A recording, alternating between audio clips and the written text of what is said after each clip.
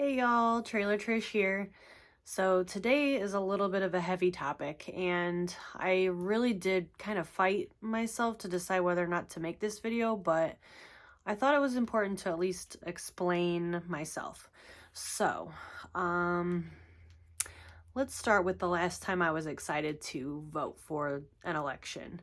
As you can see from my shirt, I was a very big fan of Obama. I was very excited to vote for him, and I lived in Chicago at the time. So, the second election that I was able to vote in was for Obama, and I was at the rally downtown in Grant Park, surrounded by a bunch of other people that loved him, and it was one of the best nights of my life. I was with one of my college roommates, and we had so much fun, but I do have a distinct memory of calling my mom and saying to her, if you don't vote for Obama, I'm not coming home for Thanksgiving. And she said, I'll see you at Christmas. So me and my family don't really align with politics. My sister and I do. And I'm not really sure where my brother stands. We don't really talk about it, but I know that my mom votes the way her dad votes, and it's not the way that I vote. So, I did have a really positive experience when Obama won, and I was surrounded by all these people.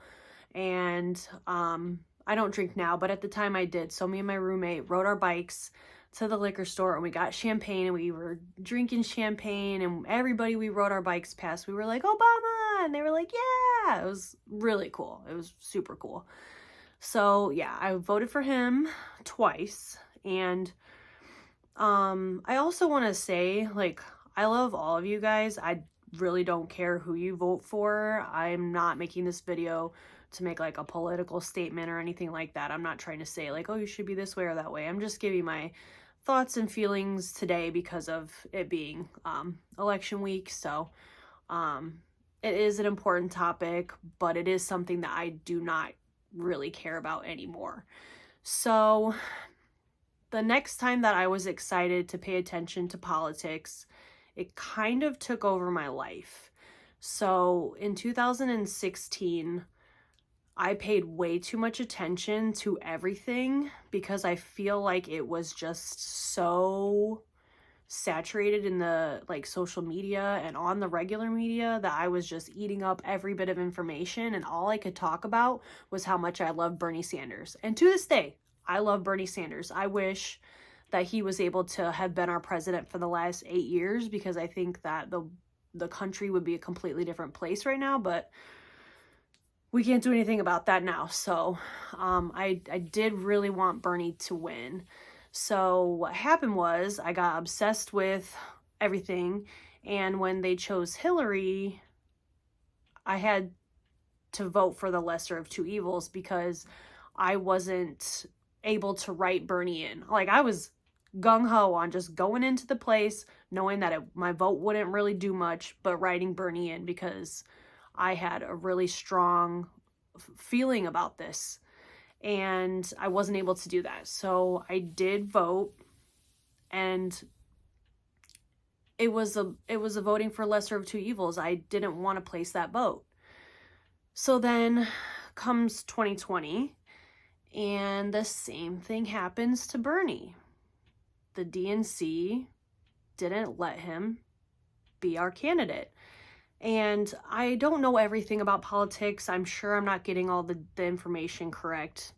So don't think of me as an expert, because I'm absolutely not an expert in any way, shape, or form. It's just everything that I consumed told me Bernie was the man that needed to be in office. So when the DNC did it to him again and put Biden up, I just couldn't support either candidate, because I loved Biden as a VP to Obama. I thought that they had a great relationship. I thought that it worked. It worked as him being VP. And to be honest, I haven't paid attention to anything he's done politically since he's been in office, because I don't care anymore. So we've got another election coming. probably, I think today when I post this is when it'll be. And I don't really care. I don't really care. I wish I did. And there's causes and issues I care about, but I know that my vote doesn't really matter.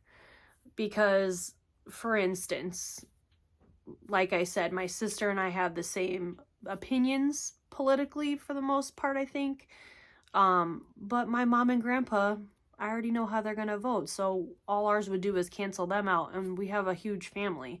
So I'm not saying my whole entire family is going to vote the opposite of what I would, because I don't know for sure what my other family members would. I have some really open-minded family members. So like I said, we don't really talk about politics because like the issues I've had between me and my mom talking about it was just really unpleasant. So I just feel like we're kind of overpowered. And living in Indiana, we're even more overpowered.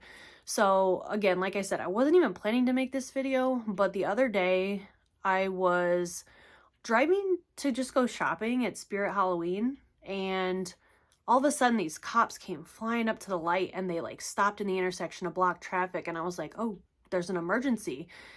And I'm thinking like an ambulance needs to get through or something. And all of a sudden I see all these cars with flags driving to the intersection. And I'm like, oh, it's a funeral. Oh, you know, like, that's so sad. No, it wasn't a funeral. It was a bunch of people with Trump flags all over their car. And the fact that they stopped traffic for that upset me. Because why? But it's fine. It's whatever. Like I said, I'm not paying any attention to politics because it really destroyed my mental health, and my entire personality became Bernie Sanders and politics and no to this and yes to this and why aren't you listening? Like, because it doesn't matter realistically. So in my opinion, we got these stimmy checks that were supposed to help us, and then inflation happened immediately after. And of course, we got the free money from Trump, and then the inflation happened with Biden in office, and then everyone blamed Biden, and it's like, I'm pretty sure it's because we got free money. But what do I know? I'm not an expert. It's just a trend I saw, like, weird, we got all this money and then this happened. And it's too much. It's too much. If you saw The Social Dilemma on Netflix, that was an eye-opener for me, because I couldn't believe how much I was arguing with people on the internet over something this stupid. It's not stupid. It's not stupid. It is very important, but in the long run, what difference does it make if me and Susie Q over here are arguing about our views on politics when me and her are never going to meet each other? So that show pretty much, or documentary or whatever, basically just showed how if I am one way and I care about this thing, the algorithm is going to keep showing me that thing. And this person cares about the complete opposite of me, so they're going to keep seeing a bunch of positive things about their thing. So we're both yelling at each other, you don't understand. What do you mean, you idiot? How do you not know? Because neither of us is seeing the same stuff. So I could be seeing something that y'all don't see, and y'all could be seeing something I don't see. And it's just, we're just fighting each other for no reason. So that's why I gave up on caring about politics, following politics, because in the long run, whoever gets in office is going to be there for 4 years. If it's Kamala, she could have 8. If it's Trump, he'll get his 4 and he'll be done. And if, I don't know how to say this because I don't want it to offend people if they take it the wrong way, but basically what I'm saying is, if Trump wins, then he gets his 4 years and then we don't have to hear about him anymore. If he doesn't win, all we're going to hear is Trump 2028 for the next 4 years. Do you want to hear that? I don't want to hear anything. I just want to make my money, live my life, have my rights, and not feel violated. But Trish, Trailer Trish, can't choose that. I can put a vote in, but what does my vote mean? So I didn't vote last time because I wanted Bernie to win, and it made me so mad that they didn't even give him the chance. And he could have changed our country and the world. Think about it. Like, you may not have the same political views, so maybe you don't see what I saw, but I just saw a man that cared so much about us as a country, as individuals, and he was going to look out for us in a way that nobody's done since Obama. And I really loved when Obama was in office. I thought he was great at his job from what I observed. And yeah, I just wish we could go back to that day at that rally with all those people being happy, because now I feel like people aren't happy. When somebody gets elected, people aren't happy. We just living our lives with the best we could get. You know what I mean? Like, so yeah, it might be cool to have a woman in office. Maybe. I don't think it'll be cool if Trump gets it, but I mean, is my life going to change that much? Probably not. It didn't last time. It is scary to think of the changes that he wants to make if he does get in office. My sister did reach out to me recently and essentially kind of begged me to vote because of how scared she was. And my sister shouldn't have to be scared. She shouldn't have to be scared. And that's what this is doing. It's putting fear into women that their rights are going to be taken away. And that's not right. But I still don't think that it's worth me going and voting. So I'm not going to be voting. And y'all can make whatever decision you want to make. This is absolutely not in any way trying to talk anybody out of voting. If you want to vote, vote. Whatever you care about, vote for that. Because that's what this country is for.